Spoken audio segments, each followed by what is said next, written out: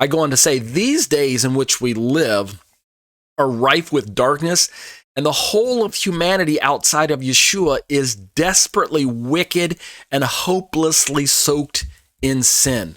Go back and read Romans chapters 1 and 2 if you don't understand the kind of the sentiments that I was drawing from when I wrote that particular paragraph in my commentary. Or just turn on the news, look at the state of affairs in the world today, and you'll see that things are not getting better, generically speaking. Except for the grace of God, then the world would simply just have spun out of control already. Humanity is desperately lost, and we need the remedy known as New Covenant. We need the remedy known as salvation and the light of Messiah and the life that is found exclusively in him. Humanity cannot and never will be able to rescue itself from the dilemma that it's in. It's the T in the tulip of Calvinism's, tulip, T-U-L-I-P, total depravity, the idea that man is hopelessly a sinner and that he requires God to intervene in order for the situation to change. So let's keep reading.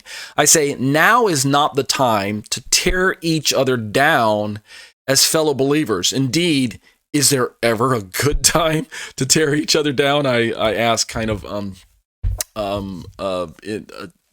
ironically in my question, in my commentary. And interesting that I mentioned that tearing each other down. In this particular study, during the endeavor of going through the study of Judaism v. Christianity, I got some comments on my YouTube videos where people were actually accusing me of tearing at each other because I was critiquing Christianity's view of Judaism down through the centuries, because I was pointing out some of the blind spots in historic Christianity's view of the law of Moses. And so a few people, brought it to my attention. Hey, why are you tearing us down as Christians? Why are you throwing us under the bus? Don't you need to be supporting us and building us up and blah, blah, blah? We are in the new covenant reality. Are you saying that we need to go back under the law of Moses? And so there's just a lot of room for misunderstanding, but I hope you guys aren't misunderstanding what I'm trying to say. We don't need to tear each other down. I'm not trying to tear Christians down in this commentary. I'm not trying to say that Christianity is so grossly, in the dark when it comes to these issues on Old Testament and New Testament and things like that. That's not what I'm trying to do.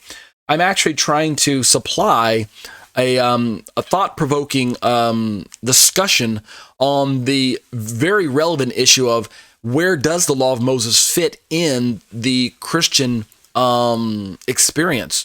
Once you come to a salvation knowledge of Jesus, can you retain an appreciation for the covenants of Moses, for the Old Testament covenants, for keeping the laws of God, the commandments? Of course, I agree that we can. I think we should be able to. In fact, I think we should be pursuing Torah obedience and Torah observance.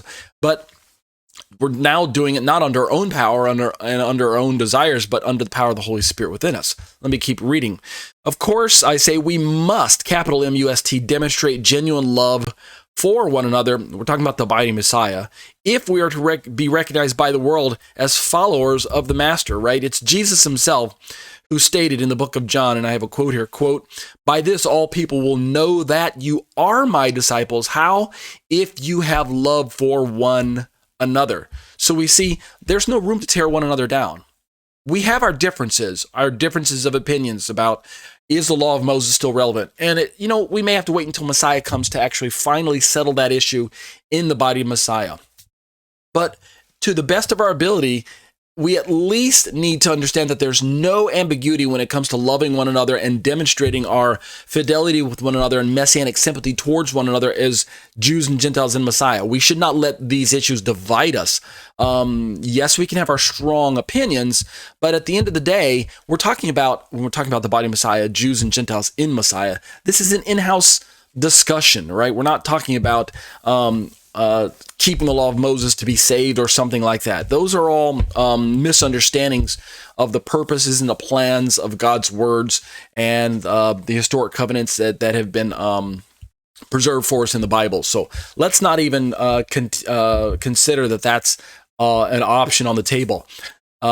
The unity that we need to express as Jews and Gentiles Messiah. Let me pick that up again in this next paragraph. I go on to say, it was not my desire to single out a few Christian pastors and Christian resources for the purpose of mocking them or exposing their supposed gross negligence in biblical exposition, right? You remember, let me flash on the screen in post-production. I've got, we had an example from Pastor John Piper, and an example from Pastor John MacArthur, an example from gotquestions.org, and then an example from Pastor David Guzik. And I think it's in that order, right, by the way. And so we had these four Christian, well-known Christian and well-respected Christian resources that I utilized in my commentary. I could have gone on and on and on. The examples are nearly endless of this idea that the old is being replaced by the new, Judaism's out, Christianity's in, the law of Moses is out, the law of Christ is in, et cetera, et cetera. This idea of replacement theology it's really almost across the board in standard Christian circles. Of course, obviously, you're not going to find that position taught in rabbinic circles or modern Jewish circles, because there's a healthy appreciation and respect and a love and loyalty for the law of Moses in most Jewish discussions and circles and things like that. So it's no wonder that in Messianic Jewish circles, you still have a healthy amount of desire to want to keep the law of Moses and keep the commandments and follow after the covenants and express your covenant loyalty in that fashion, identifying with the natural branches of Israel. Obviously, because it's part of Jewish history to keep the law of Moses, and there's an interest in the lifestyle that Judaism has grown up around.